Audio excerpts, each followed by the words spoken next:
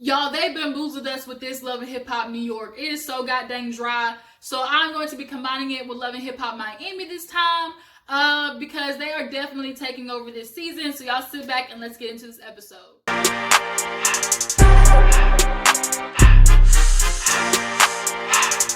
What's up, you guys? Your girl G's here. We're going to be talking about Love and Hip Hop New York and Miami this time. Because I am a little bit behind, I want to combine the both of them so I can minimize editing. And also, as well, Love and Hip Hop New York is just not delivering this season. They have been giving us the same old, same old. They brought us back to OGs, thinking that was going to be a change, and it honestly hasn't really brought that much of a difference. Miami, if you ask me, is definitely taking over this season. But we're going to talk about New York first, and then we'll get into Miami second. So before we get into the episodes, though, if you haven't, go ahead and hit that subscribe button, join the fam, and then smash the like button as well, okay? So let's start with Love and Hip Hop New York, okay? So basically the episode, we see Sin, Josh, and Yandy. They talk about what's been going on with them. Nothing much. It has been, Sin telling them how everything has been going on with Joe. She is thinking that they are on the up and up. The communication is better. But little do she know, Joe is on the other end of that spectrum. So obviously Joe has been feeding her some stuff and doing some different stuff, on the other end after she done left his house, after they had a little quick, run-in with each other in the middle of the night. He is definitely feeding her some, falsities and hopes and dreams.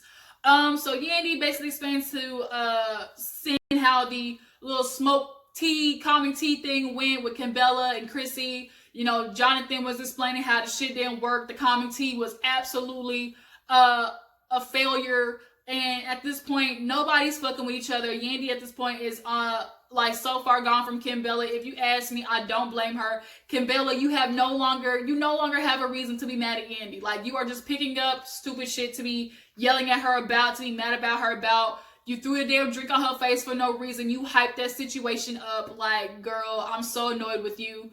Like, I'm done. I'm done with the situation. I don't even fuck with Yandy like that, and I'm over it right now. So moving right along, Safaree and Erika, obviously the baby is almost due. She is preggers. She is ready for Safaree to, be a dad. They want to go back to Atlanta. Now, if there's anything, boy, I tell you, Erika and Safaree, they got this shit down packed. These fools hop from each different franchise like nobody's business. When it's time to be back in New York, Safaree hopped back to New York. When it's time to be in Atlanta, he hopped back down to Atlanta. Now that him and Erika are together, they both doing it together because she was doing it for a good minute. Like, y'all, they have got this sewed up. They know exactly how this shit works. But he is doing his album finally. He's independent. He's working on his music now. But he's got to slow down because he's got a baby coming. And Erika's like, look, I'm like 38 weeks pregnant. This baby's due any moment now. I need you to understand that, like, we got to move back to Atlanta. We got to move the house. And he didn't tell her that his tour was extended. So after they ended up going to, like, his little party at, like, SOBs or something like that, they had, like, a poster up there. The album cover looked nice, y'all. I'm not going to lie. It was, it was good. I haven't listened to his album, although I do think Safaree is musically inclined. I do think he has potential. I don't know if he's necessarily my type of music. Like, I just find him to be corny so much. Like, I just put him and Bow Wow, like, in the same range. Like, they're just corn dogs. But at least Safaree's a corn dog with a big dick. Like, I don't know about Bow Wow, but, I mean, we at least know Safaree's got something else he can fall back on. So yeah, they go to the tour. Everybody's hooping and hollering for them, like, no big deal. What happened after that? We see,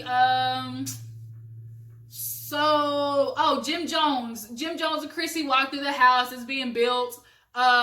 She is doing interior decorating, but his mom don't know yet. He actually later on comes with the mom and the sister. The mom at first was super happy, like, oh my God, it's so beautiful, Jimmy. I'm so happy. Like, thank you for doing this for me. Her house burnt down. They basically been living in a hotel for 2 years. And she had the finger waves on fleek, y'all. I don't know what the hell gel she used or what hairspray, but the shit was down packed. That was armor on her head, okay? The finger waves was not going nowhere. They was going nowhere. But after he lets her know that Chrissy was the one who did it, Jim Jones' mama flips a lid. Really, Jim Jones, that's what you're doing to me? You know I don't really like her. And I wish he had said it a different way. Like, had he been like, look, mom, you know, I just want to let you know that Chrissy, you know, as Olive Branch was the one who designed this because, you know, she wants to go off on a better foot with you. But the way he kind of slid it in there and just kind of led off on the wrong foot. So automatically she's like, that's why I didn't get to have my red door. You know, I wanted a red door. Even the sister was like, mama, fuck that red door. It was going to look ugly. She wants to throw her little click the style in there. She's already to gut the shit as soon as he said, mention Chrissy's name. So now they start yelling at each other. And he's like, you ain't gonna tell me what to do with the house. I put the money down in this house. I bought this shit. And it's like, mama, I need you to back up because Jimmy's the one with the money here. Now, although I'm not a proponent of like disrespecting your parents just because you like the breadwinner for the family, but you got to put Nancy in her place because she was acting a little ungrateful as soon as you mentioned, you know, Chrissy's name. But she killed me when she was like, you know what, I'm tired of this, I'm leaving. And she walked out, and then she remembered, oh shit, this is my motherfucking house. She turned, get out my house, Jimmy, get out, get out. So he, you know what, he lights himself a blunt and, you know, dips, because he's like, man, I ain't putting up with this shit. So then, speaking of not putting up with shit, or kind of not putting up with shit, Phresher, y'all, I can't stand his burnt, praying mantis face looking ass. He knows how to pull at Jen's damn heart and pussy strings. Like, I can't stand his ass. Like, you are really, like, a fool. Like, you really be, I just don't get it. You a snake. And these women be falling for it, especially Jen. Your ass has been with him since, what, 6th, 8th grade? And you still have no ring on your finger, woman. Like, how have you been, you got kids by this man. You've been with him for 20 years and you still got no ring. Bitch, if that don't tell you enough of what this man thinks about you, I don't know what does. So now he wants to be all sad. I'm staying in my grandmama's house. I ain't been around my kids. You know, I'm ready to see Jen again. So they meet up at the arcade. Now he thought the kids was going to be there, but Jen said, you know what? They with the grandma. So what you got to tell me? Jen, I want to let you know I'm doing better. I promise I'm going to be the man for you. He started crying. I know I'm going to be the man that, you know, that you really see me. I'm going to get there. We're going to make money together. Whoop-de-woo, because he handled the apparently situation with Jada. He said he went over there, talked to Jada. They figured out a money situation. She's like, what do you mean you figured out a payment situation? Ain't no money can spend nowhere until I know about it. So we going to meet up with that Jada bitch together. Immediately when she said together, the look on Phresher's face was like, wait, no. He was doing the Kevin Hart, no, in his head. Like, he was like, no, don't do that. We're not going to do it together. We're not going to do that. She's like, why we not going to be together? He's like, well, babe, you know, I just feel like y'all would just be yelling at each other. That wouldn't be smart. She said, either we're doing it together or you can figure it out sleeping on your grandma's couch. So he's like, shit, I don't want to sleep on the couch no more. So he tells her that they're going to meet up together, but really goes behind her back to meet up with the Jada bitch by himself, because he know the minute them two get together, they going to start piecing puzzle pieces together and shit ain't going to start adding up on his side, and then that nigga for real going to be fucked up. But, you know, the lies that you can take from him, Jen, like, you know he's lying, and yet you still take him back. He has been playing this same game with you for 20 years, child. And then he tells her he knows exactly what she wants. So you know what? He tells her, oh, babe, I know you've been really wanting this house. Now, she tried to be all hard until he even mentioned the New Jersey house. And immediately she starts grinning. He's like, yeah, see, I see you smiling, babe. I know what you want. I got the house in New Jersey. I took a loan out. And it's like, you taking loans out to pay for a house that is literally unnecessary. I get trying to move out the hood, but take baby steps, my nigga. Like, you moving out the hood into this freaking mansion when you could have moved into a better apartment. Like, I've been to Queens. They got some decent ass apartments of Queens, Brooklyn, or wherever the hell Bed-Stuy y'all at. Like, really?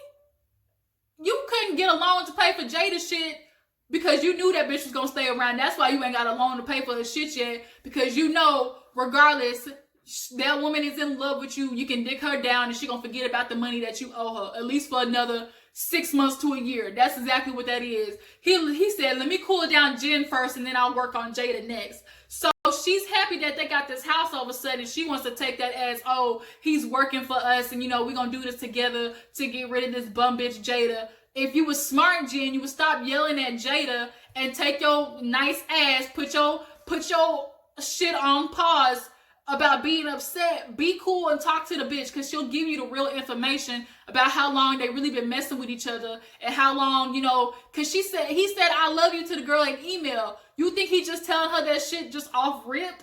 No, he's telling her that obviously for some reason. So he ends up going to meet Jada, right? And Jada's in her little fashion line doing her clothing and stuff. She's like, look, you coming here with my money because I need capital for, the things that I want to do. And obviously I don't have it now because it went to your ass and all your lies and all the stuff that you fed me, that you told me you was going to do. Here, Jada, I'm going to give it to you, man. I promise I'm going to give it to you. That's why I'm coming to you. She like, look, are we walking to Bank America, Texas Bank and Trust? Which one is it? The TBT, like, what is it? Are we walking to the ATM or not, my nigga? Man, baby, okay, man, she like, look, we gonna get to it. I wanna let you know, like, I look, I had to do some stuff for Jen, so the money coming, I promises, we gonna put it down on paper. She's like, look, I have been letting this shit slide, so we gonna put it down on paper or what? Now, they've settled on $2,500 a month, and interest is $500 if the shit is late by even 2 hours. So he's like, cool. But she's like, I still want some money today. Like, I know you got $5. I see this outfit. So she starts trying to rub on him and stuff. Y'all, immediately when she started doing that, the sexual tension came out of both of them. And you could tell because immediately his reaction was to go, rewind it. His reaction was to go for the junk. He started putting his hands to cover his junk. And he know he did that because he's like, oh, you gave her that dick before, obviously, so I'm going to cover this dick to give her, look, just a little reminder of like, hey, don't touch it, ain't yours no more. Like, they were kind of like, hey, ease up, all right, back up some. Like, that's what he was doing. And she kind of grinned because then you want to turn it into a joke and be like, hey, what you wearing? What you wearing? What you wearing that to? She like, nigga, what? So, why you worried about what I'm wearing? And so it's very obvious that these two still have some type of chemistry or have some type of involvement, and she's been putting that shit to the side because she has feelings for him. And he's trying to avoid court, but Jada, take his ass to court because you're not gonna get the money otherwise. Now I'm assuming that she ain't taking his ass to court because he has been dicking her down with his ugly ass. And she cares for him, but you gonna be in the same place as Jen if you don't stop playing around. Now, Phresher, I see all the chains you wearing, all the damn watches you got on, all the damn shoes. If you don't eBay, Amazon, or Poshmark them hoes, do something. Take your shit to the pawn shop, but figure out a way instead of taking more loans out to get yourself even more in debt over a house that you already complained about. You're gonna have a hard time keeping up the mortgage with. Are you kidding me? You got a house that you can barely keep up the mortgage with. Just dumb nigga shit. So then we see Safaree has this like release party. Phresher and Safaree were on the album. That little song, Phresher was screaming, looking like he was ready to bust a vocal cord. He pushing, Pap on the stage. I'm like, nigga, if you quit pushing Pap around, like, I know I get you trying to be crunk, but damn. And then he run off for a Safaree like it's his damn show. Like, if you don't take your ass to the back, understand, look, if this is B2K, nigga, you Pap and you are 2K, okay? Safaree is the B in this situation. But yeah, so the performance was good. Everything was straight. Erika talks to him after Tahiri came by too. And Erika's telling him like, look, I get you have the performance, everything is good, but babe, we gotta figure something out. And he tells her at that moment, look, babe, 2 weeks, I gotta be gone for a lot longer. She's like, I'm literally getting ready to pop. He's like, I promise I'm gonna be back. I promise I'm gonna be back. So she's kind of upset that he is blowing this on her last minute, right?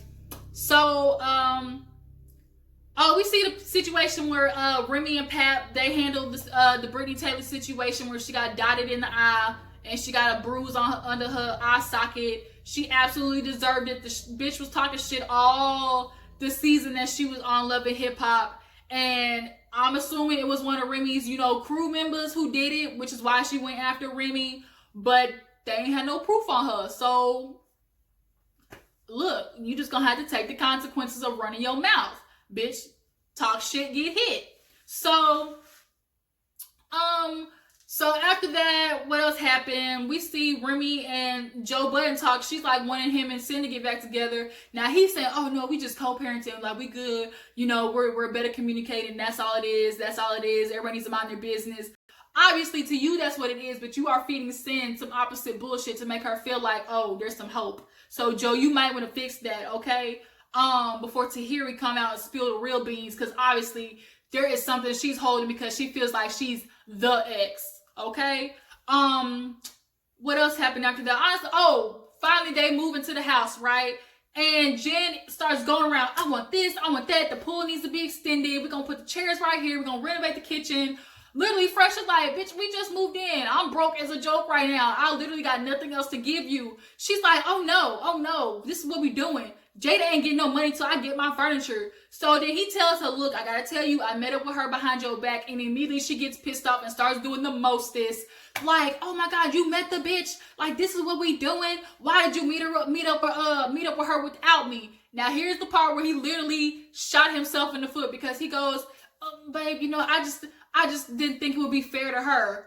Oh, fair to who? Fair to who? Fair to her? Fair to Jada. Okay, not fair to the woman you've been with for 20 years. It wouldn't be fair to Jada. Okay, so obviously your loyalty lies with that bitch. Jen sees that, so she's like, this ain't what's going on.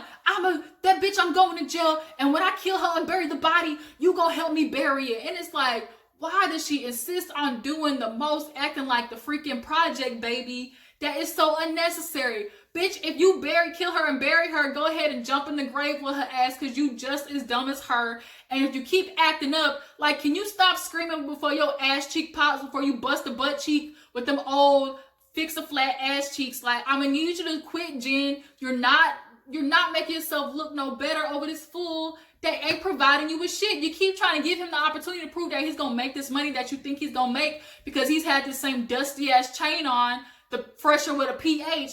But take that shit to the pawn shop, because look, okay, y'all got this new house, but guess what's gonna happen?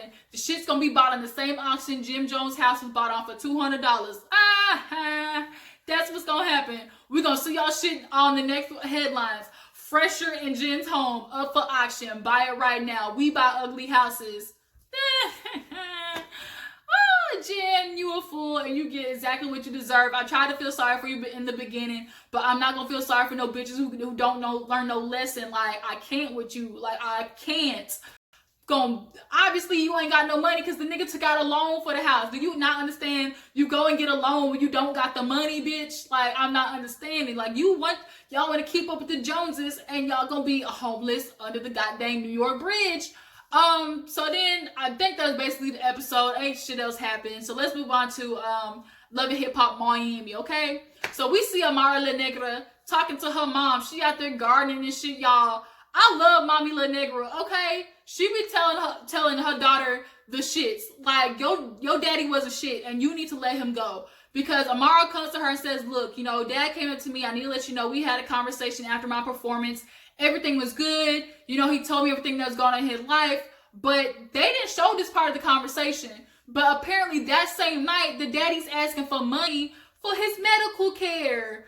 Wow, we did not see that coming, huh? Damn, La Negra, we all didn't tell you that this was gonna happen, huh? Like, the same day that you come and see your daughter for the first time after God knows how many years, you already asking for money. So this was what was this. And Amara, I get you want to live, you know, where the rainbows and lilies are, and say, you know, my dad, it wants me because you love him and you really want him to be in your life because he wasn't there for you as a child. But listen to what the fuck your mama is saying, which is, he's coming around now because you are Amara La Negra. Oh, it's up, but mommy, he said he was sorry, mommy. Okay, he's sorry, but where was that sorry 13 years ago? Where was that sorry when we was both homeless? I was starving trying to feed you. Where was that sorry when we were struggling to literally have a life while he was off in Puerto Rico living grand and lavish? And at his age, I'm assuming he probably got 10, 15 other kids out there. So why he ain't asking none of them nigglets for no money, okay? Like, I'm not understanding Amara La Negra why you choose to be blissfully ignorant. Like, I get it, y'all. Everybody wants their dad. But it's better to have no dad than, like, in this situation, like, sometimes it's not better to have a fucked up dad than it is to have no dad. Like, somebody who is just a user. This man came around because he's sick all of a sudden and wants to, you know, bury his sins. His sins are not your burden no more. And you want to sit there, oh, if I could spend $5,000 on a bag, you know, it'd be nothing for me to help him with his medication. Bitch, you can spend $5,000 on a bag because you work for it and that's your money. That's why you can spend $5,000 on a bag. But $5,000 on this nigga's medication who ain't been there for you, he had him in your whole life spent $5,000 on you. So no, I'm sorry, you don't get that from me. You get the love from me. I'll come and visit you when you got, chemotherapy and stuff. But I'm not paying for your shit because you want to sit here and give me this piss ass poor apology and say, oh, my papers. And the mom was like, papers? The mom was so confused, like, papers? Oh no, papers? He couldn't call you with no papers. He still couldn't call. And that's how I'm feeling. What the fuck papers got to do with you calling to even check up on your kid? You're not going to sit there and tell me because of legal situations. Like, if you love your kid, you go through hell and high water for them, Amara. And that man didn't do that for you. So, yes, love him from a distance. Be there for him. But don't give that nigga no money, like none at all. Okay? Tell him to go ask his other kids for it. Because it ain't coming out your pockets. But, bitch, you do you, boo-boo. It couldn't be me. That's all I know. So, moving right along. We see Sukihana Chameleon go see Saucy Santanna. He got a little album release party, a single release party. He invites them. But he says, Sukihana, Tip can't come, bitch, because she tried to say that I faked everything because we all remember he got shot. It went through the headlines. People wanted to say, it was an anti-gay situation. Now, if you ask me, I kind of agree with Tip. I feel like the way Tip explained it, what Tip got to lie for? What she got to lie for? Like, Saucy Santanna, we obviously see him. The nigga's extra as hell. Like, and the way he talks about people and the way he was disrespectful to Tip when she came and didn't even want to, like, give her the chance to speak shows that how immature he is. Like, no, I definitely could see exactly what Miami was saying was what he was doing. And I'm not going to put that under the reins of, oh, it was a hate crime. Gay people, you do not get to act up and then when somebody decks you in your eye, say it's because I'm gay. No, it's because you disrespectful as hell and you all up in my personal space. That's why you got decked in the stomach, okay? But nonetheless, Suki's in a hard place because obviously Tip is her manager. And she's like, look, what if she has an apology for you? So he's like, okay, let that bitch come. She let a spotlight, okay? So then, what else happened after that? MJ is basically proving everybody right. Amara, you just got a bad pick of men, okay? You just don't know how to do it. So he take Amara the nigger out for a puppy, trying to schmooze her up just to basically say, bitch, can I be your manager so I can steal all your money? That's what he's thinking in the back of his head. Because, first of all, these hats, they gotta go. They gotta hug. Ooh, burn those hats, MJ. Burn them. Burn them. Light them ablaze, okay? But nonetheless, she's looking at the dog like, no, I don't want no dog. I can't take care of no dog. Like, I'm getting ready to, I have a career going. And he's viewing it as like, baby, okay, I'm not going to pressure you to have a baby, but, like, this could be something else that's ours. And she's like, this is basically a baby. It eats, sleeps, shits. I got to take care of it. I got to feed it. Like, the same thing. But really, honestly, he was trying to butter her up to be like, babe, let me take care of you. And then, there's no better else for somebody to be a manager. Now, she's talking about, I'll think about it. I would have been like, no, nigga. Like, no. Like, MJ, you're not fooling nobody. Like, it's the same game, different players. You are not doing nothing that we haven't seen before with the whole manager, woman career situation. Like, it's nothing new. Saucy Santanna, Trick. Y'all, Trick in this arrest, he's not trying to dish nothing out about it. But he has a little barbecue to try and ease his mind. Chaotic's messing with him. Hey, Trick, I heard you was arrested. Trick talking about, yeah, I've been arrested plenty of times. But his confessional, every time the producers ask him about something, he's like, I'm not saying nothing. I'm not saying, don't ask me about nothing. No motherfucking arrest, no nothing, no headlines. I don't want to hear it. And Trick is just one of those people, he's that age where he's hard-headed. The minute somebody tries to help him because he's uncomfortable with his feelings, he's one of those men who obviously feel like being weak showing vulnerability is weak. Like, people care for you, Trick, and you don't want to accept the help because you want to be goddamn stubborn as hell, and that's the reason why your ass is going to be dead next year if you don't start taking this a little bit more seriously. Briscoe understands because he's like, I get it, I self-medicated, all that type of stuff. And he understands what kind of dude Trick is, so he's kind of letting him have his space, and hopefully eventually, like, Trick will open up about it. But, that was scene little with Briscoe and his, ex was cute with the son. He trying to ease back into her draws. And, you know, she's really pretty, but you can tell she's kind of like, we ain't jumping right into this yet, my dude. I'm going to stick my toe in and see if I like it. And then I might stick my leg in. And then after that, I'll jump in, okay? But nonetheless, their scene was cute. We see a little stupid scene where the girls look for a manager in the strip club. Like, who does that? Suki, all her ass, bitch, I'm going to need you to calm that libido down. Because the way you looking at the dude talking about, you know, my throat, you heard my lyrics, my throat, you know, and it's like, bitch, don't be advertising like this shit out there like that. You supposed to be, you know, classy in the streets and then freaking the sheets, okay? That's kind of like my theory about stuff. Like, I ain't going to be putting out there for everybody, you know, what's going down in the bedroom. But Sukiyana, you want to be comfortable and sure, girl, be you. After that, they go to, like, Saucy Santana's little singer release party, I think. Yeah, Alvin was there, y'all. So Alvin, we see Alvin again. He trying to go from, you know, cashier back to manager because after he done pissed off Trina and messed up everything of hers, you know, he trying to get back out of the, you know, the food game because he can't do fast food restaurants no more. He got to see Trina at the top. So he think, you know, touring with these, you know, the little BAPS tour would be cool. Now, Chameleon was kind of like, but they kind of tell him like, bitch, okay, we'll call you. We'll let you know. But he is insistent on doing something. But from the preview of the next episode, they get something figured out. What happened after that? So Tip tries to come to Saucy Santana's little thing. Now she walked in looking good. The only thing that bothers me, y'all, is her freaking lips. I don't know who the hell did her lips, but they are too big. They are literally bothering me. But she tried to go in and it says no trespassing with her picture. So security like, that you? She's like, nah, that's my twin or some shit like that. And it's like, Saucy, why you invite her to do this petty ass shit? Like, he did that obviously to get his little time. So she's yelling at Suki like, Suki, hello, like, try to let me in, bitch, I gotta pee anyways. Shay comes out and she turns around. She's like, look what this nigga did. And Shay's like, wow. Like, everybody's looking, like, all the girls come out looking like, wow, Santana, like, this is what we doing. And basically, Saucy Santanna is saying that Tip is lying. Like, he didn't do all the disrespectful stuff that she said. You know, she was saying that he went around, you know, disrespecting security guards, you know, shaking his ass on people's faces, like doing the mostest. And, you know, obviously if you disrespect people, especially Miami, they don't take too kindly to that. Not that it means like you deserve to get shot by any means, but I'm not going to be one of those people who say, don't be surprised at the outcome when you do disrespectful ass shit. That's all I'm saying. But he says she's lying. And so when Sukiyana tried to go in there and talk to him, no, she ain't coming in the club. She's like, but you said she could come. He's like, well, the club says she can.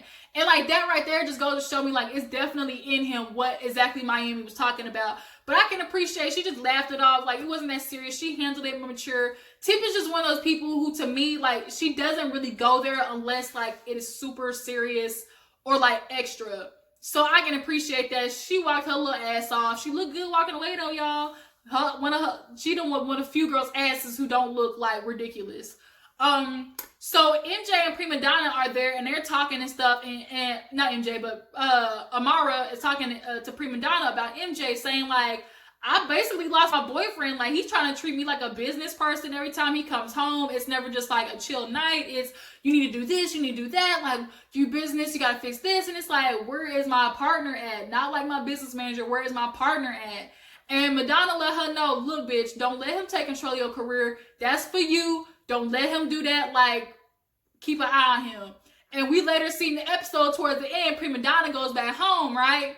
And she wants to give a visit to, you know, back to the hood where she come from. And she's talking about how, like, you know, when you get out, it's always that debate. When you get out, do you go back? Because people are always salty when they see people succeed and they feel like, oh, because you go around the world and you don't want to come back to the hood. Oh, you forgot where you came from. You acting different. And it's like, wow. Like Tiffany Haddish literally said this in her interview, I think with Vanity Fair. She's like, I got people from junior high asking me for money. I got my family asking me for money. And when I say no, it's, oh, you changed.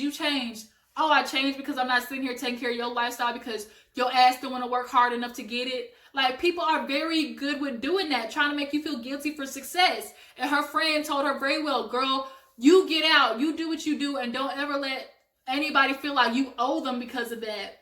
So this girl, Annie, girl, she got all the tea when it comes to MJ. Cause she's like, look, I see he a new girl, Amara Negra, but you need to warn her. MJ is a leech. That nigga is a parasite. He latches onto a woman who kind of got something going on for her and drains the living daylight out of her. She's like, I would work, come home, like I had my career going. He busy worrying about himself, and then when it on hard times and it was time for him to go to work, this nigga wants to stay on the couch and not do nothing. So it's like, oh, MJ, you a fuck nigga wrapped in a pretty package. Like you, because you dress and look well, and you know, you kind of good looking, little hot chocolate or something like that. You know how to hide it better. You just don't look like no bum immediately. But that usually be the ones who it is, the dark chocolate niggas or the light skinned niggas who look good with some bomb dick that really be like, just like assholes, that really be lames that know how to do that because that's what they can offer. That's all they can offer is good dick and, you know, like a meal every now and then. But ultimately, they can't provide, they can't protect, they can't be there for you in hard times. Like, and she's like, warn your girl, Amara Negra. Now, Prima Donna and Amara Negra were cool, but I guess some video leaks of these two bitches fighting, so I wonder what that's about. But that's where the episode ends. That was Love and Hip Hop Miami and New York. I talk about both of them just to combine it. So this video is going to be a little bit longer. But I appreciate you guys for staying tuned for it all. Tell me what you thought about both franchises. How do you feel about New York versus Miami? As far as Amara Negra and MJ go, how do you feel about them? Do we believe that MJ is this leech that Miss Annie was talking about? Now, from the preview, Amara gets in MJ's ass. He's like, how dare you come to me but what some woman says? How you gonna say some shit to me like that? And Amara's crying like, because she literally told me everything that I'm going through. And it's like, oh, damn, like, Amara been holding this shit in for a minute. Like, and he trying to leave her house all rowdy. She said, don't you break no shit in my motherfucking house.